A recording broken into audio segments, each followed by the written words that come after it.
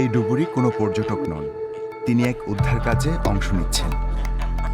সেই কাজের জন্য নিপুণ হাত চায়, যাতে লক্ষ্যবস্তু আহত না হয়।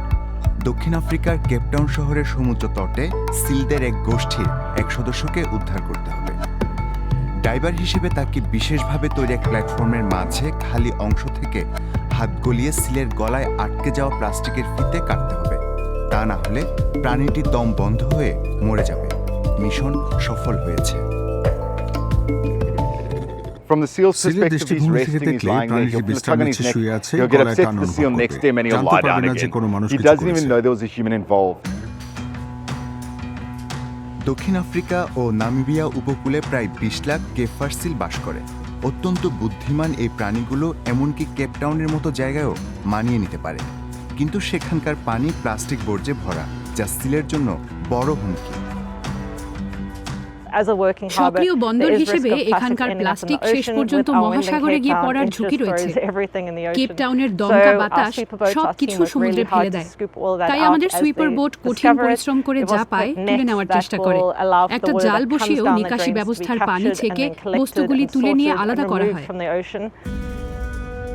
কিন্তু টো ওশেনস অ্যাকোয়ারিয়ামের টিমকে এখনও একক পদক্ষেপ নিতে হয়, এমনকি মাছ ধরার চিপও কাজে লাগাতে হয়।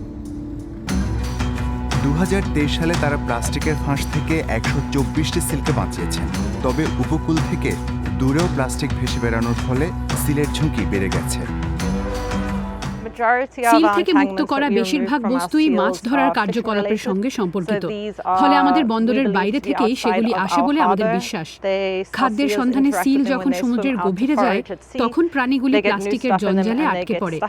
এর মধ্যে অনেক অংশ বাক্স বাঁধার টেপ, মাছের জাল, নাইলনের দড়ি ইত্যাদি। একটি সিল কিভাবে এই 3 ধরনের প্লাস্টিকে জড়িয়ে পড়েছিল, এটা তার উদাহরণ। প্রাণীগুলির শরীর থেকে প্রায় 12টি বস্তু দূর করতে হয়েছিল, যা এক বড় সংখ্যা।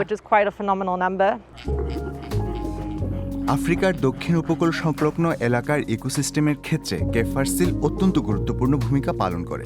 সমুদ্রবিজ্ঞানী ও পানির নিচের ফটোগ্রাফার ডানেল ভেন্সেলের জন্য এই প্রাণী অন্তহীন অনুপ্রেরণা জুগিয়ে চলে।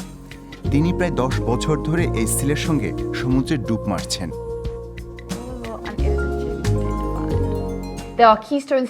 প্রজাতি হিসেবে এগুলি যাকে বলে ইকোসিস্টেমের চাবিকাঠি, অর্থাৎ এই প্রাণী না থাকলে সেটা প্রায় ভেঙে পড়তে পারে।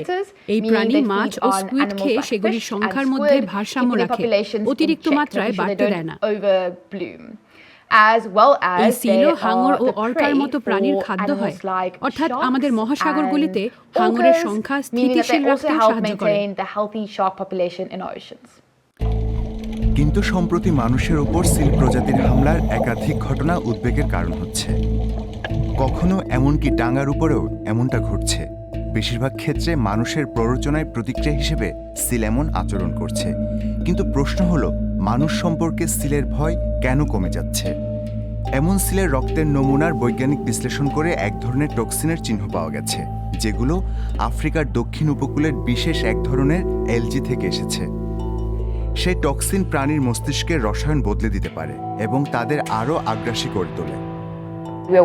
আমরা বিভিন্ন মহলের সঙ্গে কাজ করছি। সবাই মিলে আমরা কোনো এক সময়ে সমাধান সূত্র বার করতে পারি, কিন্তু এই মুহূর্তে এই রোগ সম্পর্কে সচেতনতা প্রয়োজন।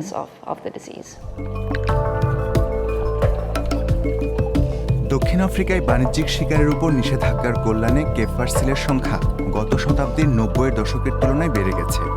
বর্তমান সংঘাতের সমাধান হিসেবে সিল মাছকে বিরক্ত না করলে চলবে।